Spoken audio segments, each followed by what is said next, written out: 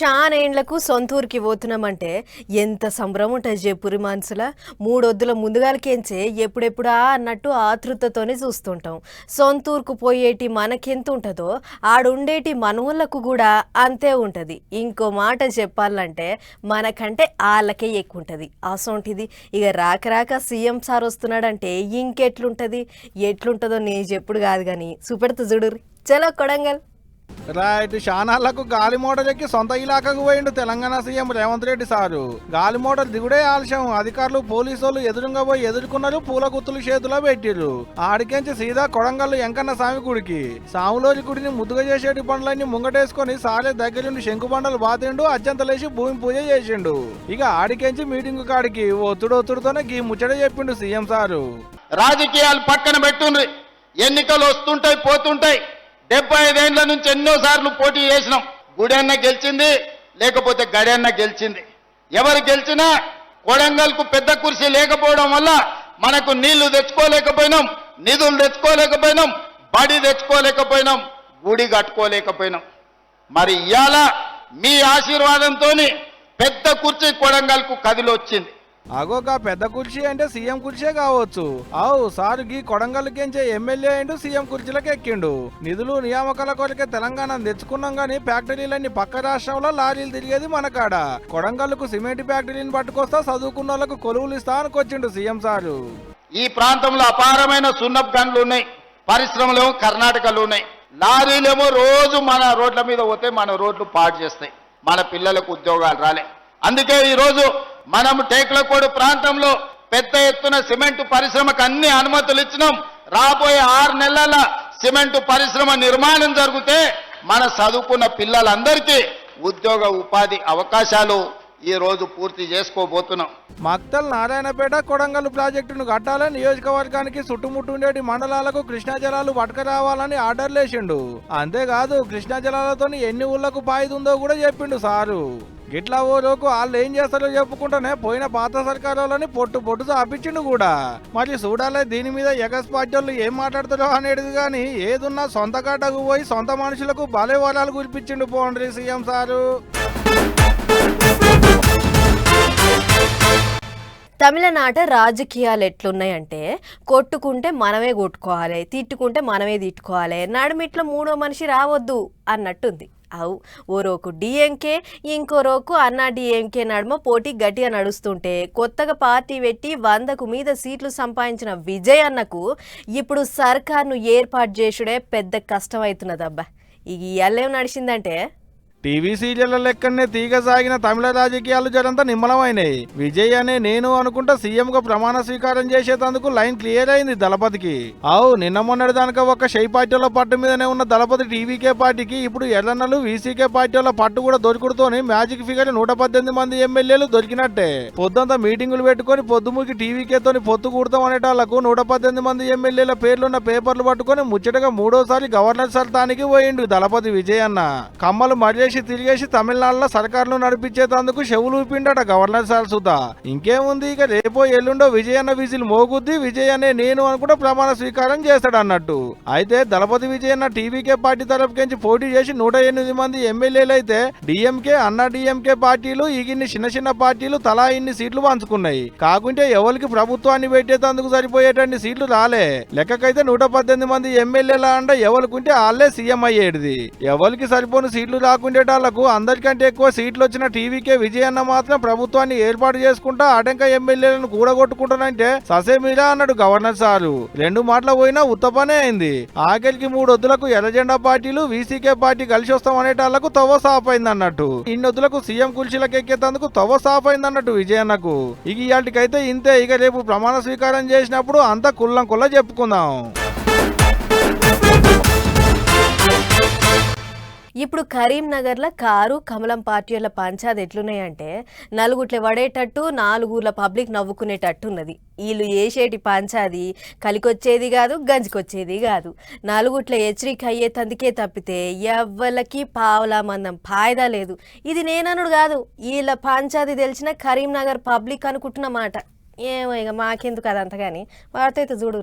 గంగుల కమలాకర్ గారి అధికార కార్యాలయంపై దాడికి నిరసనగా రేపు బీఆర్ఎస్ పార్టీ జిల్లా శాఖ నుంచి కరీంనగర్ నగర బంద్ పిలిపిస్తున్నాము. మరి ఆ సంఘటన జరగడానికి కారణమే ఫస్ట్ కౌశిక్ రెడ్డి బీఆర్ఎస్ పార్టీకి సంబంధించిన నాయకుడు. మరి దానికి మళ్ళీ బీఆర్ఎస్ పార్టీ వాళ్ళు బంద్ పిలిపడం అనేది చాలా విచిత్రం ఇది. ఎందుకంటే దీనిలో ప్రజల శ్రేయస్సు కానీ ప్రజల యొక్క సమస్య కానీ ఏం లేదు దీనిలో. వాళ్ళు బంద్ పెట్టుడు లేదు, నువ్వు అడ్డం పోవడం లేదు. పబ్లిక్ కక్కెలికి వచ్చేది ఏమన్నా ఉంటే చెయ్యాలి అనుకుంటే నడుమిట్లో చెయ్యి పార్టీ వాళ్ళు వచ్చిళ్ళు. ఈ బంద్ అనేది ఏదో పిలిపించినట్టు మాకు తెలిసింది. అసలు దేనికోసం బంద్ చేస్తున్నారు? మీరు కొట్లాడుకుంటే ప్రజలకేం సంబంధం? ప్రజలకు ఏమైనా భారం పడుతుందా? రెండు పార్టీలు వ్యక్తిగతంగా మాట్లాడుకొని అది కూడా ఒక నటన చేసి బీజేపీకి బీఆర్ఎస్కు మరి చీకటి ఒప్పందం లేదు అని అనిపించుకోవడానికి కోసం ఒకరి మీద ఒకరు దాడులు చేసుకున్నారు.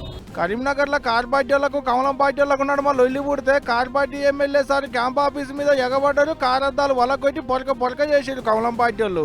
ఇక గాలులికే శనివారం నాడు కార్ పార్టీ వాళ్ళు కరీంనగర్ బంద్కు పిలుపునిస్తే పోవద్దని పువ్వు పార్టీ వాళ్ళు అనబట్టిరి. ఎవరికి ఎక్కడికి వచ్చాడు పంచాయతీ అని షెయి పార్టీ వాళ్ళు తిట్టబట్టిరి. ఇక అసలు పంచాయతీ ఏడ పుట్టిందంటే కరీంనగర్లో ఒక దొంగతనంకు సంబంధించి రాబరీకి సంబంధించినటువంటి ఇష్యూను అనవసరంగా ఇష్టారాజ్యంగా ఎవరికోరు మాట్లాడుకొని వ్యక్తిగత దూషణలు చేసుకొని దాడులు చేసుకొని ఇదేదో ప్రజలకు సంబంధం ఉన్నట్టు మళ్ళీ వాళ్ళ మీద వాళ్ళే దాడులు చేసుకొని వాళ్ళు సహకరించుకొని చీకటి ఒప్పందాలు బరాబర్ ఉంటాయి. కరీంనగర్లో ఉన్న ఒక బంగారం దుకాణంలో దొంగలు పడితే బండి సంజయ్ సార్ సీఎం సార్ని అడుగుతలేడు. వాళ్ళు వీళ్ళు దోస్తులు అని కార్ పార్టీ వాళ్ళు అన్న కాడ పుట్టింది. కాలుతున్న కొరకాసు మీద ఇంత కిరసనాయిలు పోసినట్టు నడుమిట్ల కౌశిక్ రెడ్డి అని వచ్చి కొంత షగ పెట్టినట్టు చేసిండు. ఇంకేముంది, వాళ్ళ మీద కీళ్ళు వీళ్ళ మీద కాలు దువ్వుకోడు, మాటలు అనుకోడు, పడితే లేపుడు, కారద్దాలు వాళ్ళ కొట్టుడు. ఇక ఇప్పుడు గిమ్ముచ్చడంతా చూసి ఇద్దరు కొట్టుకొని కాపాంచని ఊరికి పూసినంత పని చేసి అనుకుంటున్నాడక కరీంనగర్ పబ్లిక్. మరి చూడాలే ఇక రేపు ఇంకెంత గోలుందో ఆడ.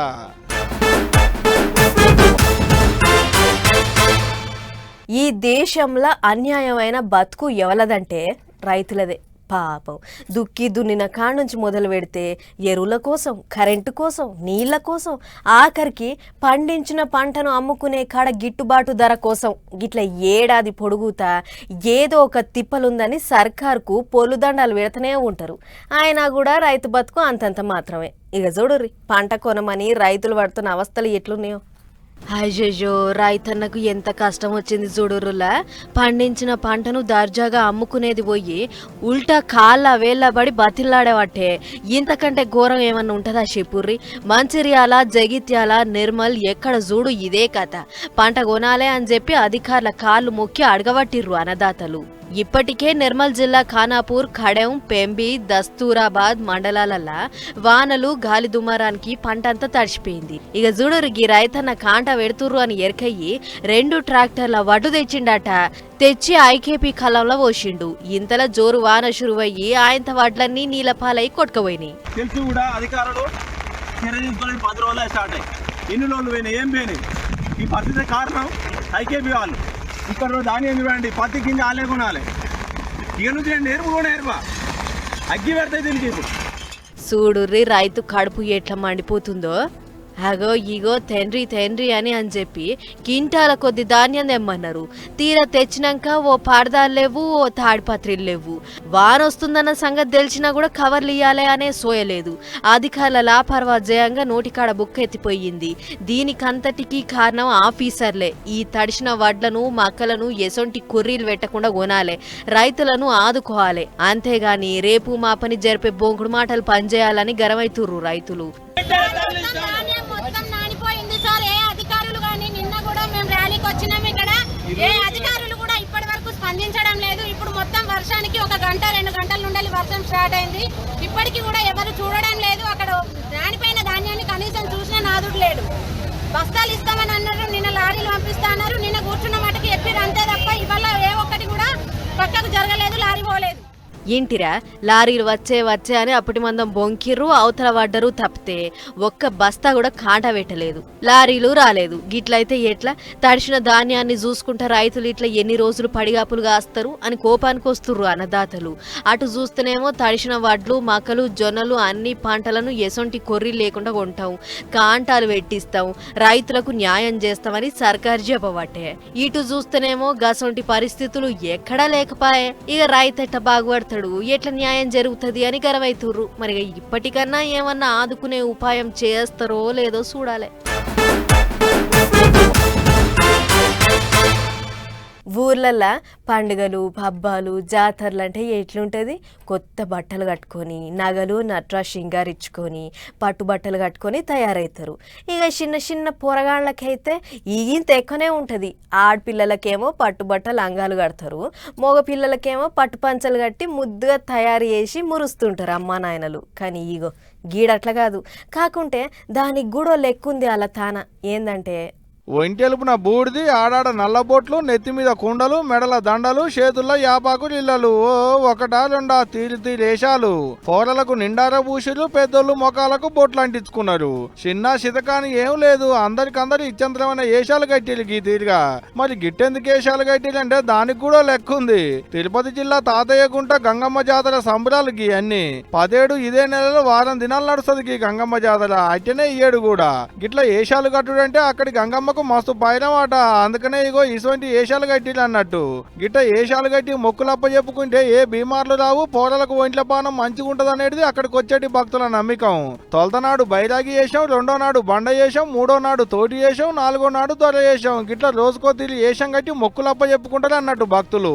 తిరుపతి ఎంకన్న సన్నిధానంలో ఏల్చింది కాబట్టి 17 ఎంకన్న సన్నిధానం కెంచి గంగమ్మకు సారెలు కూడా వస్తాయి. మళ్ళా 8 వద్దులుండేటికి జాతర మస్తు ఘనంగా అవుతుందట. దగ్గర పట్ల ఉన్న లెవెల నుండి ఓ పాలు పోయిరాలి. నిమ్మలం ఉంటే మీరు కూడా ఒక ఏషం కట్టుకోరి, ఏం కాదు పుణ్యమే ఉంటదట. ఏం చెప్తున్నా.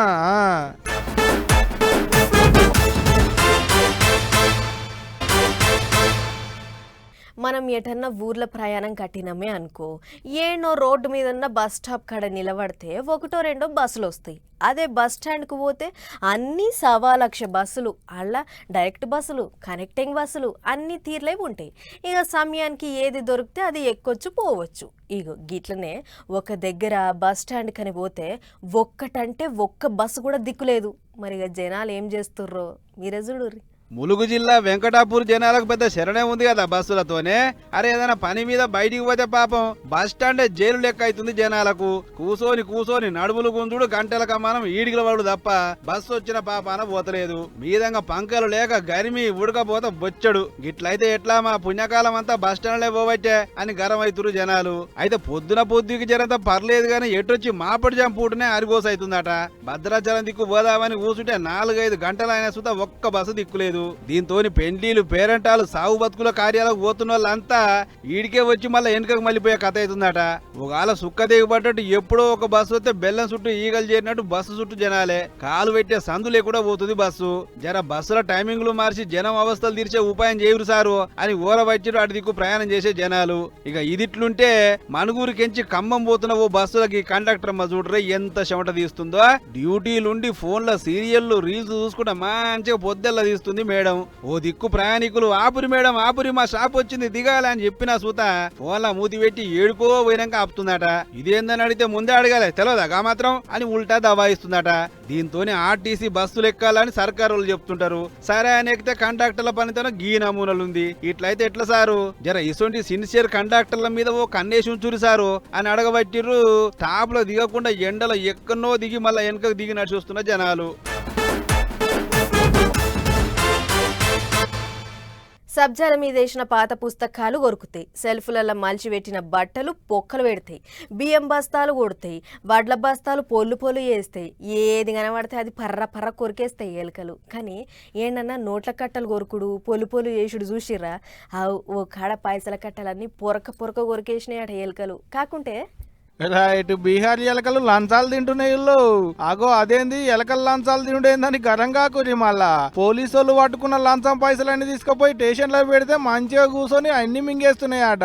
ఓ 5-6 ఏళ్ల కింద ఒక ఉత్తమ ఆఫీసర్ 10,000 లంచం తీసుకుంటుంటే దొరకబట్టి కేసు రాసి లోపలేసిలాట. పైకమంతా తీసుకుపోయి ఓ అర్లలో దాచిపెట్టిలాట. కట్ చేస్తే కేసు ట్రయల్కి వచ్చింది. లంచం తీసుకున్న పైకం కోర్టుకు అప్పచెప్పాలి కదా. ఏడబాయక లంచం పైకం అంటే ఎలకలు తిన్నాయని చెప్తున్నారట పోలీసు వాళ్ళు. సాక్ష్యం లేదని కింది కోర్టు బెయిల్ ఇస్తే అట్టట్టి ఇడిచి పెడతామని హైకోర్టుకు పోయిరు ఉత్తమ పోలీసులు. 4 ఏళ్లు జైలు శిక్ష చేసిందట కూడా హైకోర్టు మేడానికి. చల్ అట్టట్టేస్తారని దేశం పెద్ద కోర్టుకు పోతే పోలీసు వాళ్ళు చెప్పింది పరేషాన్ అయ్యాట కోర్టు సార్లు. సాక్ష్యం లేకుండా శిక్షేసుడు కాదని పెద్ద కోర్టు బెయిల్ ఇచ్చింది. గాని చూడలి ఎంత ఇచ్చంతరంగా ఉన్నదో ముచ్చట. ఎలకలే తిన్నాయో లేకుంటే ఎలకల పేరు చెప్పి పోలీసు వాళ్ళు తిన్నారో మాకైతే తెలియదు. గాని ముచ్చటైతే భలే గమ్మతుందబ్బా.